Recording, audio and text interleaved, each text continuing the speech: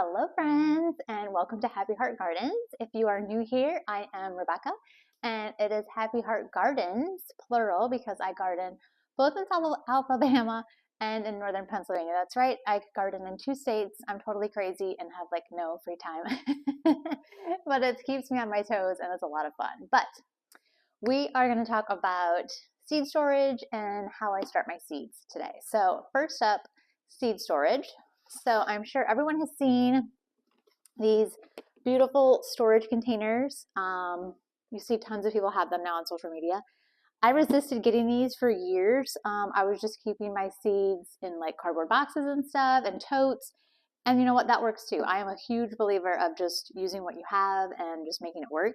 But then I got these as a gift for Christmas one year from my bonus son, and these really have been great, I have to admit. Plus, it's a great way to like display all of your garden stickers from all your garden friends. So I do enjoy keeping them in here. This is like, I would say, the organized part of my seeds, and where I keep the majority of the seeds. I have 2 of them, as you can see. And then I also have a couple totes, like this guy here. And this guy is full of like seeds I have saved. I have a lot of seeds. It's a good thing I have 2 gardens. And I love to store my saved seeds in either empty pill bottles or even empty spice jars, really anything. Sometimes I use envelopes, but the pill bottles really work great. Here I have like some calendula in an old peppercorn bottle from Costco. So yeah, I like to save the things and then reuse them to store seeds because it's super convenient. I usually just write on it with Sharpie, cross it out, or put a piece of tape on like that, and then I can peel the tape off. Again, keep it simple. It does not have to be fancy or expensive. Again, use what you have. So the main thing is when you're saving seeds is you really want to keep them like cool and dry. So that's why these plastic containers are nice as far as keeping them dry. And then I try to keep them in a cool spot. I'm here in South Alabama, so it's not like there's a ton of cool spots, but I keep them in my office underneath like this little bench thing. And so far, so good. So having proper seed storage is going to help your seeds last longer. In some seeds, I do store in the freezer things that I know like cold stratification, like some flower seeds, some perennial flower seeds. I just keep them right in there all the time, and that way when I want to plant, they're ready to go. I just pull them out. So that's seed storage. I don't know if you can see here. I'll open this guy up. I do like to use a label maker. I'm extra like that. Actually, my husband had the label maker, so I just borrowed it and used it to make the labels because I have horrendous handwriting. So it's really nice to have them all organized with the label maker, and you can sort them however you'd like. I have mine. I have a ton of beans in this one, and then like a box for or like a little separate box for like cabbage, one for carrots, one for corn, one for melons, herbs, kale, lettuce. Again, you can organize it however you see fit. I separate peppers. Like I have a hot pepper and then a sweet pepper. Same with tomatoes. I separate my tomatoes by cherry tomatoes and then by slicer tomato.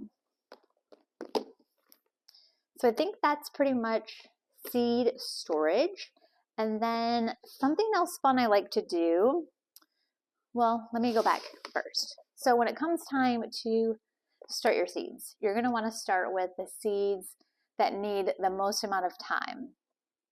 And what I like to do is I like to work back from the date that I want to plant those, whatever it is I want to grow, when I'm going to plant it in the garden. So say I want to plant my tomatoes March 15th. Then I like to give myself 8 weeks to get them started and mature enough to be planted outside. So that means I need to start them by January 15th, right around there, give or take a little bit. And a lot of your seed packets will say on the back, some of them will say, let's just see if some of these say like days to germination, so that can help too. And you can also look things up. Your peppers and your tomatoes, like I said, I like to give myself 8 weeks roughly. in order to get them to maturity. If you're going to be doing onions, that takes a lot longer from seed, so you're going to want to start them a lot sooner. Things like basils, maybe some flowers, they might not take as long. Things like cucumbers, I might only give myself like 3 weeks if I'm going to start them inside as opposed to direct sowing. And you can find all the information is on the internet now. You can just like Google search, but the majority of things that I start inside are typically my peppers and my tomatoes, a few flowers and herbs like basils to go along with them, just so they have them all ready to go at the same time. And I pretty much just start them all about 8 weeks before I want to plant out.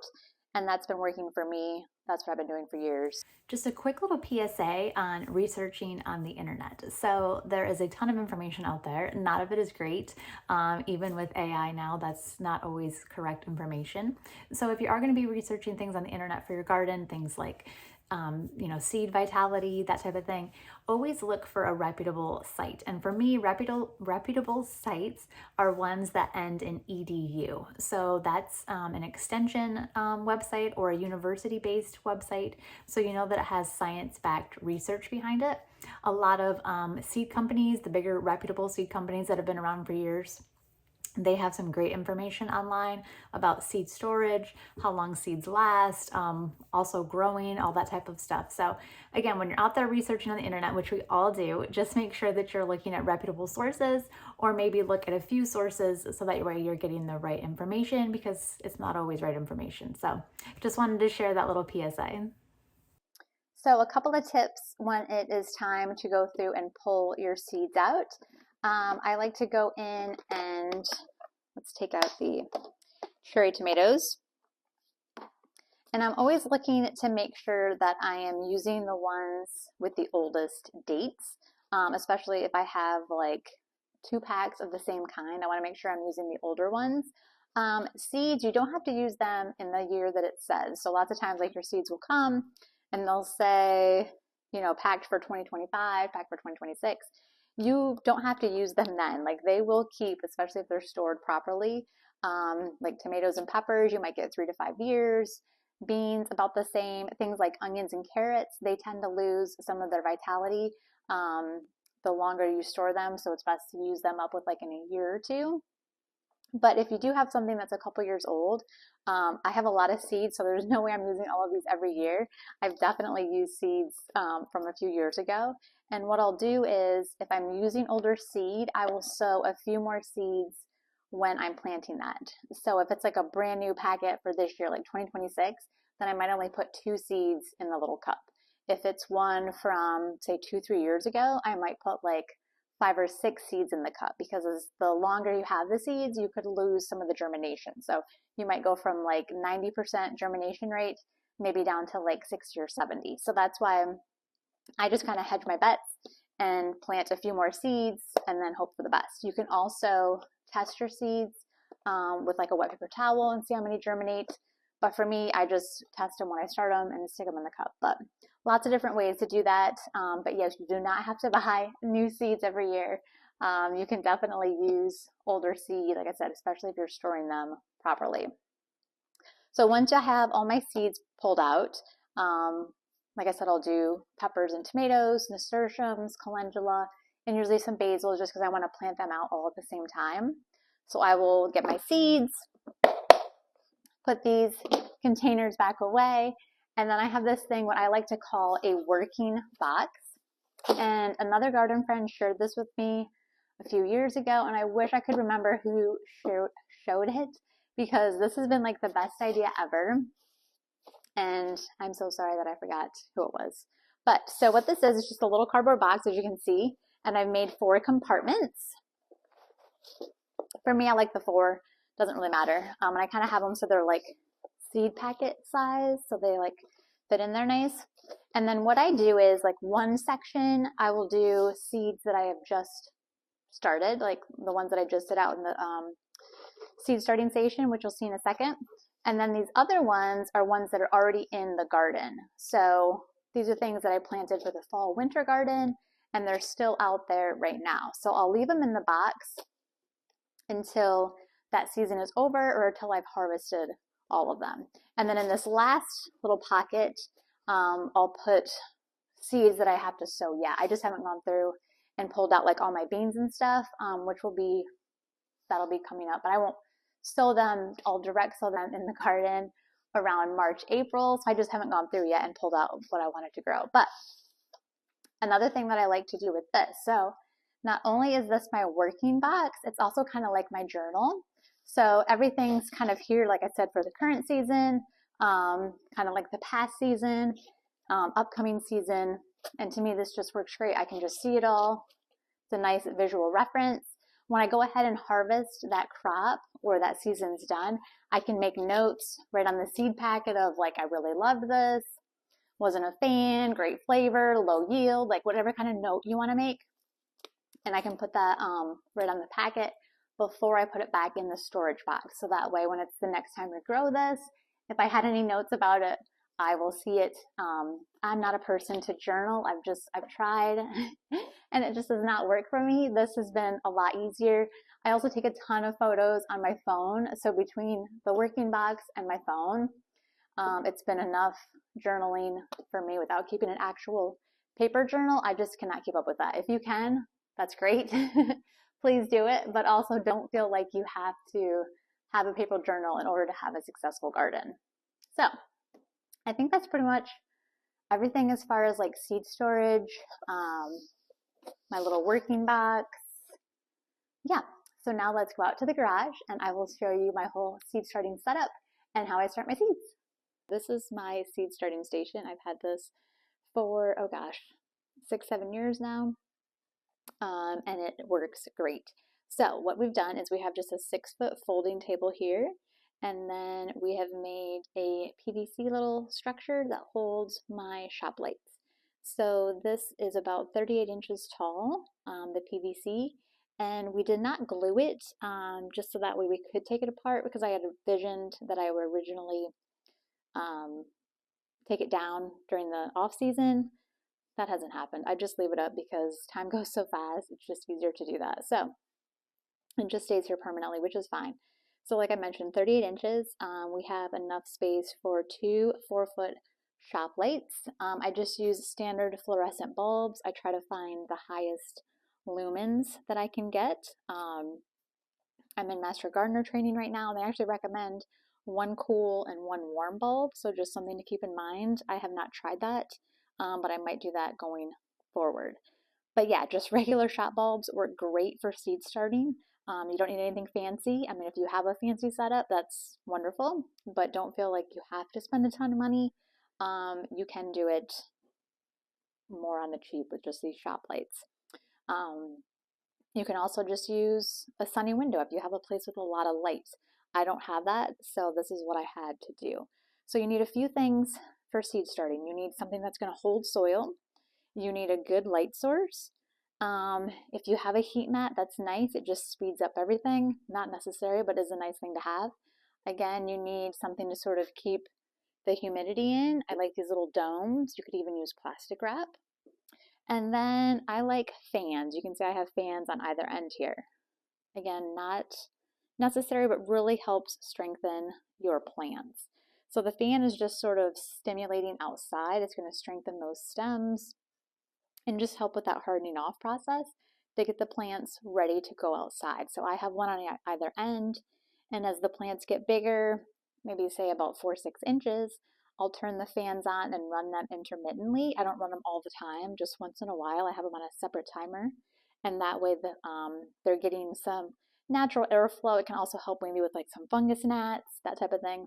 So it's just some natural airflow, again, just simulating the outside environment for the plants. So back to the lights. I have my lights on an adjustable chain here. I think this is called an eye hook that we stuck in the PVC, and then just some adjustable chain with a little hook. Again, nothing fancy, a little S-hook, because you want to be able to adjust the light. So when you're first starting out with your plants, you want to keep them really low. You can see this is, what is this, a couple inches? You want to keep it nice and low because you don't want to create leggy plants right from the get-go. Now, tomatoes and peppers, if they do get leggy, they do very well being buried deep when you up pot, but I try not to get them leggy right from the get-go. So that's why I keep them super low. And even as the plants grow, I'll still keep them fairly low just so they're not stretching, reaching for that light. So something to keep in mind. I also have heat mats, which these are fairly reasonable if that's something you want to get. So I run these to speed up germination and just create a nice environment for those seeds to get started, especially when you're starting peppers. They're a tropical plant, so they like that warm soil, that warm, moist environment. Again, optional, but it does speed things up. I have the lights and the heat mat on a timer. It's my very fancy setup among the golf clubs. So I have them on a timer, and they go for, I think, about 12 to 14 hours per day. They don't run continuously, and then they turn off and they come back on. So once the plants germinate, I will take them off the heat mat or just unplug the heat mats because I just keep them on here because they don't need that heat all the time. It's just going to dry out your soil, push the plants. It's really just to get them started germinating. So like I had mentioned, we got our humidity dome. You could also use like plastic wrap. You're just keeping that moist in there. So you want to have good moist soil to get your seeds to start germinating. And speaking of soil, so as far as what you're going to use for your soil medium, I just like to use a potting mix, whether it be a seed starting mix or a potting mix, usually from either Coast of Maine or from Fox Farm. I've used them both over the years and had great results with both. So I'll just use a potting mix. Sometimes I add a little worm castings to it because worm castings are just fantastic. But what you want to do is you want to wet it before you put your seeds, plant your seeds. So I like to have mine about this moist where it kind of just sticks together, but water is not dripping out. You can see there's no water dripping out, but it is staying together. So that way, what I like to do is I moisten the soil like so, and then I'll fill up my containers. Like I'd mentioned, anything that holds soil will work. I have some of these, I think they're 2.5 or 2-inch pots that fit pretty nice into a 10-20 tray. I also save and reuse these pots from the nurseries. Again, anything that's going to hold soil and has drainage holes will work to start your seeds in. This is what I've had. I've had it for years. I just keep washing and reusing. But really anything you have, cups with some holes in it, food containers, you can use all kinds of things. Again, doesn't have to be fancy, just do it. But what I like to do is once I fill my containers with the moistened soil, then I always go and stick the plant tags in for what I'm going to be planting before I plant it.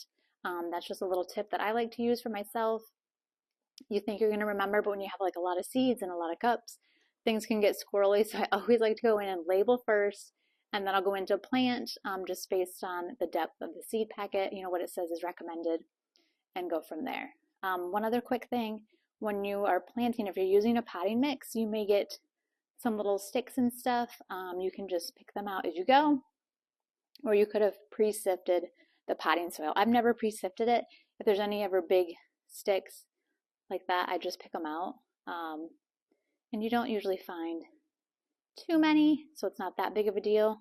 But you could definitely sift if you have a sifter. So once we have that nice warm soil, or moist soil, excuse me, everything marked, everything planted, we can stick that humidity dome back on, and you can see how it's going to create that moisture and keep the top of that soil moist to help those seeds germinate. One more thing that I wanted to mention was I like to plant pretty heavy into these 2.5-inch cups. So like with these tomatoes and peppers, I'll put 4, 5, 6 seeds in each cup. Again, a little bit more if it's an older seed. And then as they grow, I will just carefully pluck them out or pick the strongest ones and then plant them into their own bigger cup. But I'll talk a lot more about that as things get growing and I make another video. So I tend to start out with just like a small tray because I'm intensive planting, I guess you could call it, a lot of my things from the get-go. And then as they grow, like I said, I will separate them and give them their own growing space. I think the other thing I didn't mention was once your plants start to germinate, when I get like the majority of them germinated, I will take off the humidity dome and then I will just start watering as I would normally would. Thanks so much for watching, friends. I know this probably seems like a lot, but really seed starting is not complicated. I promise. You just need something to hold some dirt and some seeds. And you know what? If seed starting is not your thing, that's okay too. There's lots of things you can direct sow and lots of ways to just get plant starts and garden as well. So lots of different ways to garden. There's not one right way. Do what works for you and your situation. I hope you will follow along. Please give this a subscribe if you're not already, so that way we can watch these plants grow together. And if you have any questions, please drop them down below. Happy growing, friends. Have a great day.